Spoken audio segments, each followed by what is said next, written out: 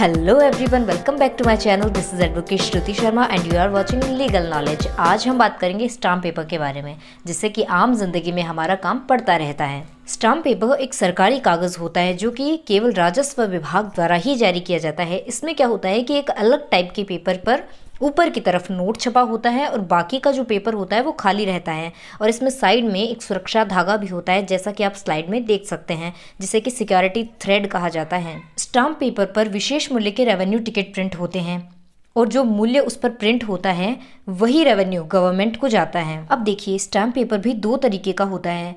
एक होता है जुडिशियल स्टाम्प पेपर, जिसे जीएसपी कहा जाता है, और दूसरा होता है नॉन जुडिशियल स्टाम्प पेपर, जिसे एनजीएसपी भी कहा जाता है। जो जुडिशियल स्टैम्प पेपर है वो कोर्ट फी वगैरह पे करने में काम आता है, और जो नॉन जुडिशियल स्टैम्प पेपर है वो किसी भी तरह के शपथ पत्र बनाने में, या फिर किसी घोषणा पत्र में, या एफिडेविट में, या फिर अगर आप कोई कॉन्ट्रैक्ट कर रहे हैं तो उसमें, या फिर कोई रेंट एग्रीमेंट है, या सेल डीड है, या फिर कोई गिफ्ट डीड है, या जिसकी रजिस्ट्री करवाना हम चाहते हैं, या फिर कोई भी अगर आप लीगल रिलेशन क्रिएट कर रहे हैं, या फिर जिसे हम वैधानिक मान्यता प्रदान करना चाहते हैं, या जिसको नोटरी पब्लिक से अटेस्टेड करवाना होता है, तो इन सारी चीज़ों के अंदर स्टाम्प पेपर यूज़ होता है, जो कि नॉन जुडिशियल स्टाम्प पेपर होता है। नकली स्टाम्प पेपर बनाना अपने आप में एक ऑफेंस है, जो कि आईपीसी सेक्शन 255 में दंडनीय है। अब आप इस बात पर गौर कीजिए कि हमें स्टाम्प पेपर कहाँ से परचेज करना चाहिए।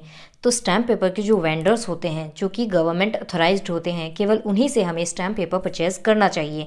दूसरी और किसी जगह से नहीं करना चाहिए। और अगर किसी जगह पर मिल भी रहा है तब भी आप उसको परचेज ना करें, क्योंकि उस वक्त आपके साथ धोखाधड़ी होने के चांसेस बहुत ज़्यादा होते हैं। कई बार हम जल्दी के चक्कर में या डिस्काउंट के चक्कर में ऐसे लोगों से भी स्टैम्प पेपर परचेज कर लेते हैं जो कि गवर्नमेंट ऑथराइज्ड नहीं होते हैं। हो सकता है वो स्टैम्प पेपर नकली हो, तो सावधान रहिए। अब देखिए, जिस दिन आप स्टाम्प पेपर खरीदेंगे वो डेट उस स्टाम्प पेपर के बैक साइड में लिखी जाएगी, और वेंडर के सील और साइन भी वहाँ होंगे, और जिसके नाम से स्टाम्प पेपर खरीद रहे हैं आप, वो नाम भी वहाँ पर लिखा जाएगा।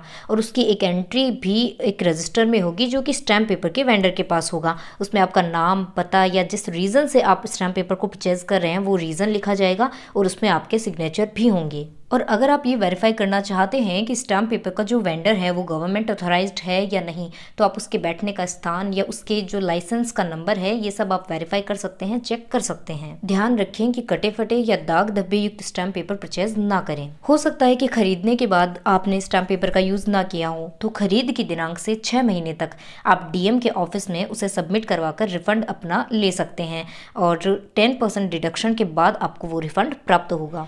और अगर आपको ये संदेह है कि जो स्टाम्प पेपर आपने परचेज किया है वो नकली है या जाली है, तो आप इसकी शिकायत डीएम या एसडीएम के ऑफिस में भी कर सकते हैं।